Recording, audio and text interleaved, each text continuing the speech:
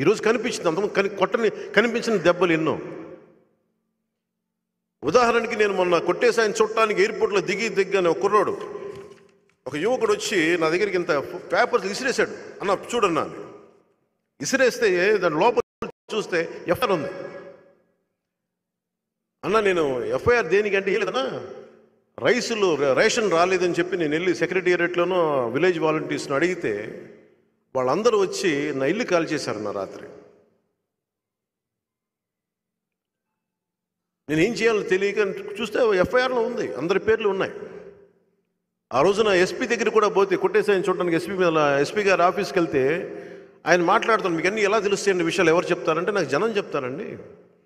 మీకు ఒక క్రైమ్ జరిగిన తర్వాతే తెలుస్తుంది. ఎందుకంటే మీరు కంప్లైంట్ ఎఫ్ఐఆర్ తీసుకుంటేనే, ఫైల్ చేస్తేనే క్రైమ్ తెలుస్తుంది మీకు. బాధితులు డైరెక్ట్గా వచ్చి మా దగ్గరికి వస్తారు, మా పొలిటికల్ ఆఫీసులకు వస్తారు అని అప్పుడు చూపించారు. ఎలా తెలిసింది అంటారు కదా, ఇప్పుడు నేను ఎయిర్పోర్ట్లో దిగానే ఇట్లా మీ ఎఫ్ఐఆర్ అని తెలుసా మీకు సంగతి, మీరు ఎస్పీ కదా, మీకు కుప్పంలోనే ఎక్కడో జరిగిన ఊళ్ళో చిన్నపాటి గ్రామంలో జరిగిన ఇన్సిడెంట్ మీకు తెలుసా. ఇది నాకు ఏమనిపించిందంటే, బలమైన యువత, మీరు పుష్ప సినిమాలు ఇవన్నీ చూడటానికి బాగుంటాయి, సినిమా పరంగా. నేను సినిమా పరంగా సినిమాని చూడటం, ఎంజాయ్ చేయడం వేరు. అదొక సినిమా, ఒక కల్పిత గాథ.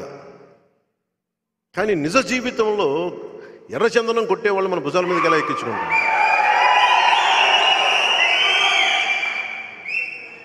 అంటే అంత అకారం. నేను డబ్బులు సంపాదించుకునే మార్గాలు బోల్డని ఉన్నాయి. శ్రీవారి సొత్తును దోచేయడం కాదు, ఎవరికి పడితే ఫ్రీ దర్శనాలు, అడ్డు ఆపు లేదు టీటీడీ దోపిడీకి. అలా కాదు. నా ఉద్దేశం ఎలా ఉంటుందంటే, రమణ దీక్షితులు గారు, నేను న్యాయం ఎప్పుడు ఎలా ఉండాలి